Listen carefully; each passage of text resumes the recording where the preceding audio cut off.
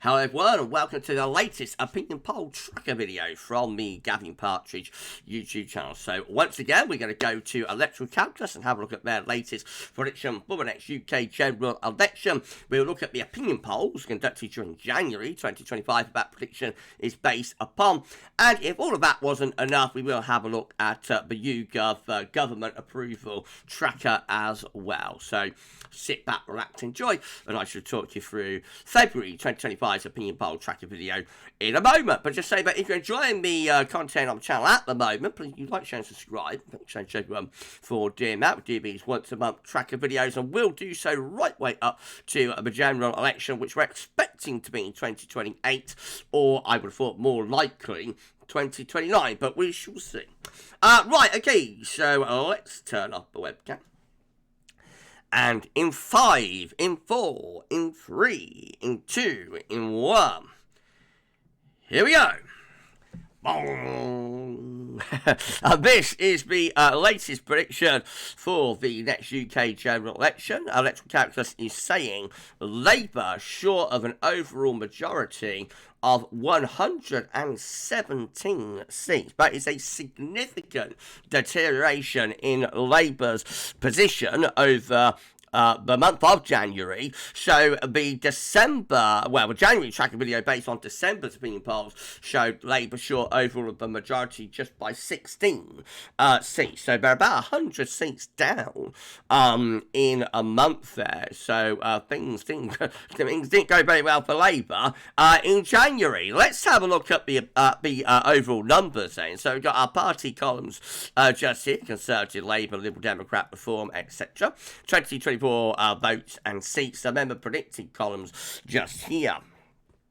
So, the predicted vote share for Conservatives, based on the opinion poll during January, is just 22.5% of the vote, which is actually down on what they got in the 2024 general election, and only 121 seats there. They're 2% down. However, they get a higher seat number, predicted seat share of 156 seats. And at the high end, they could be on 273, and at the low end, they could be on 56. There's always a margin of error, of course. The reason they're a little bit up with their predicted seat total, despite being 2% down on the share of the vote that they got in 2024, is what's happened to Labour. So Labour now on a predicted share of the vote of just 26%, giving them a central seat prediction of just 209 seats. Margin of error with that, so at the high end they could be on 352, still enough to get an overall majority. At the low end they could be down to just 99 seats. Liberal Democrats on a predicted share vote of 12.4, barely moved from the general election, gives them an overall predicted seat share of 62 seats. They could be as high as 79, as low as 26. And then Reform, other than Labour, is the real story here. So now 10% up on where they was in the general election. On a predicted share of vote of 24.3%, they got 14.7 in the general election, which gave them 5 seats. Now be on a predicted seat share of 151. Notice the Reform predicted seat share is virtually now with the central prediction for the Conservatives. The high end Reform could be on 307 and will probably be able to govern as a minority government or do some sort of deal with the Conservatives or the DUP maybe. At the low end they could be as low as 56 seats. Greens are on a central prediction of 8.9% of the vote, which is up on what they got in the general election. Gives them a central seat prediction of 4 seats, at the high end 21, at the low end 2. SNP on a central seat prediction of 43 seats, which is much better than they did at the general election. They got 9 seats. The high end they could be on 47 seats, low end 15.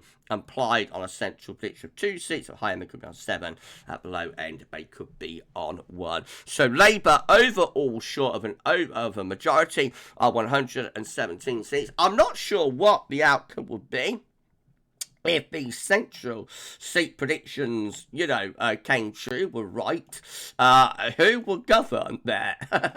I'm not sure. So obviously Labour would be like the first to try and get a shot at governing, but Labour on 209, Liberal Democrats on 62, Greens on 4 does not get Labour to 326. I suppose if you put in the SNP, maybe that would get Labour to 326. But then on the other hand, with the with Reform and on 151 Conservatives on 156, that doesn't get to 326 either.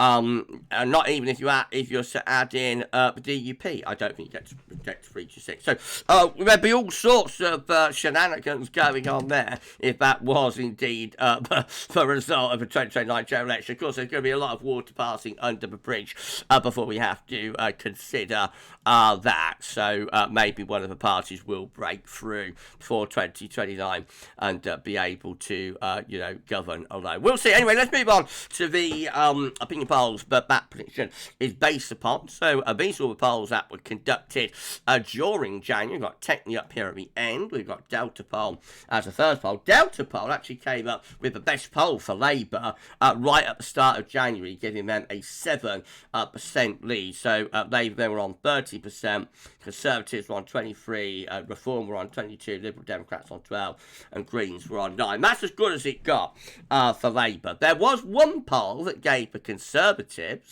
an overall lead in January, and that was more in common.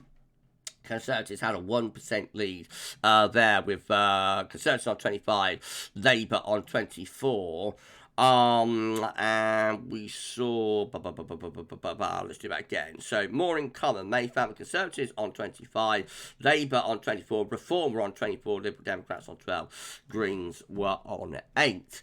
Then we have some very narrow Labour leads and a few ties mixed in as well. And then the first poll appeared giving Reform an overall lead of 3%. That was Find Out Now, and they had Reform on 26%, Labour on 22%, and Conservatives on 23%. So Labour in third place in that poll. Liberal Democrats on 12, Greens on 10. Another poll with Labour, with Reform in the lead, I should say, was this one. It was Find Out Now for electoral captures, an MRP poll. They gave Reform a 1% lead, 24% Reform. Conservatives and Labour tied on 23%. The Liberal Democrats on 11%, and Greens were on 8%. A couple more better polls, slightly better polls for Labour were Survation and YouGov, 4% Labour lead for YouGov, and a 3% Labour lead for Survation. Labour not setting the world on fire. Both polls have them just at 27%, which would normally be a really, really bad position for Labour to be in. But Conservatives doing so much worse on 22% with both of those polls. Reform were on 24% with both of those polls. There was a tie that appeared then for BMG, and they had Labour and Conservatives both on 25%, and Reform on 24% there. Another Reform lead appeared towards the end of January, a 4% lead for Reform, giving Labour a 23% of votes, Conservatives 21%, and Reform were up to 27% with that poll. And then we have Liberal Democrats on 11, and we had others. We had Greens, on 10. Others were on 7, and then finally we had Techni, which gave Labour a 2% lead, 26% Labour, 23% Conservatives, 24% for Reform. We are having a few YouGovs now. YouGov, the first YouGov poll of the Parliament was this one, giving Labour a 1% lead just down there.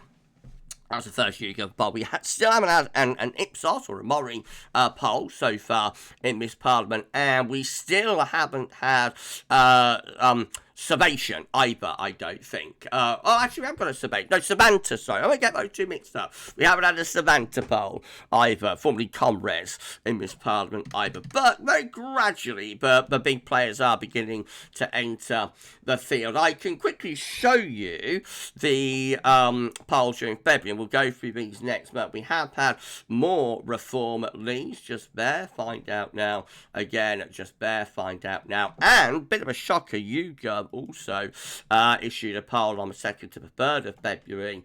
You know, one of the big players in the polling field, giving Reform a 1% lead. And in the Find Out Now poll there, they actually had Reform on 29% of the votes. Conservatives were down to a catastrophic 18%, and Labour on 25% with an overall Reform lead of 4%. So very, very close there with Find Out Now, I should say, to Reform reaching 30% of the vote. This is how and we'll discuss that more, of course, in next month's party video. This is how the overall tracker is looking. So quite dramatic developments. We have seen crossover between the Conservatives and Reform. So there's the Conservative trend line just there. There's the Reform trend line just there. And it looks like crossover is now starting to occur between Labour and Reform. This is the Labour trend line just here.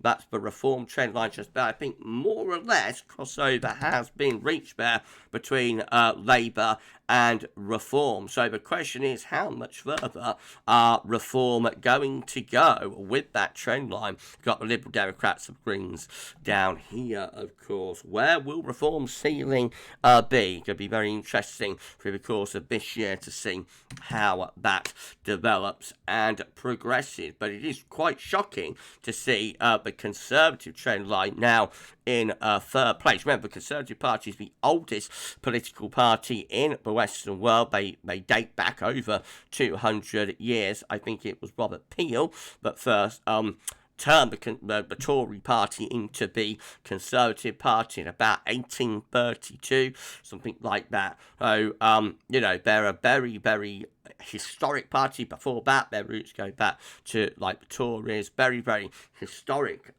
party. And at the moment, it appears that Reform are supplanting them. And we haven't seen anything like that really since the 1920s, but we did, of course, in the 80s have, for a while, it looking like the SDP, the Social Democratic Party, which was a merger of some breakaway MPs from the Labour Party and the old Liberal Party. For a while in the early 1980s, it looked like the SDP might replace Labour, but in the end, Labour hung on and kept their second place.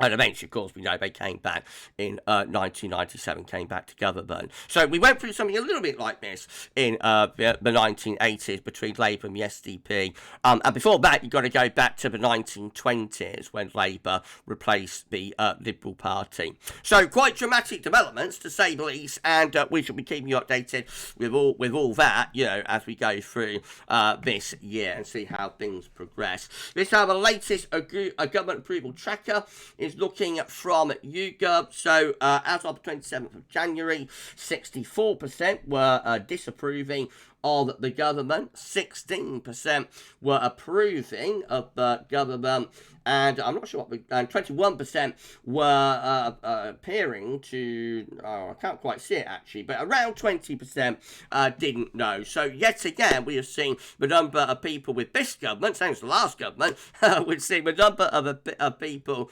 disapproving of the government going above the don't knows, which is always a bad sign for a government, and that's always a sign of trouble, you know, that the government is in trouble when you get the number of people approving of a government being underneath the don't knows. The government hasn't reached the nadir, however, of the Conservative Party in the last Parliament. That occurred just here, really, and I'll show you that poll. So that was back in October, my birthday, 17th of October 2022, and at that point, just 8% of people were approving of the government, 16% didn't know, and 17% in the dying days of Liz Truss were disapproving of her government.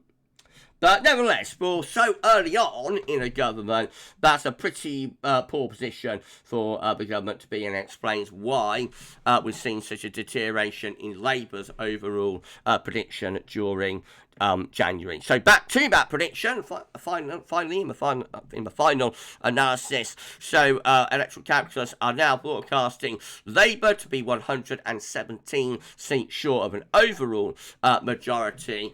And on a central prediction of just 209 seats. And we shall see what happens next month when we go through February's opinion polls and, you know, the prediction from electoral calculus. I would assume there'll be a further deterioration in the Labour position. We might even see, like, Reform short rather than Labour short. That might switch over next month. But we shall see. Right, okay, well, if you've enjoyed this opinion poll tracker video, very interesting time. Please like, share, and subscribe. Whichever party you support, I think, you know, these are very, very interesting times, to say the least. So, if you enjoyed it, then please give us a like. Thank you so much, everyone, for doing that. And we'll be back with more next month. For this one, that's all for now. And thanks for watching. See you again soon. Bye for now.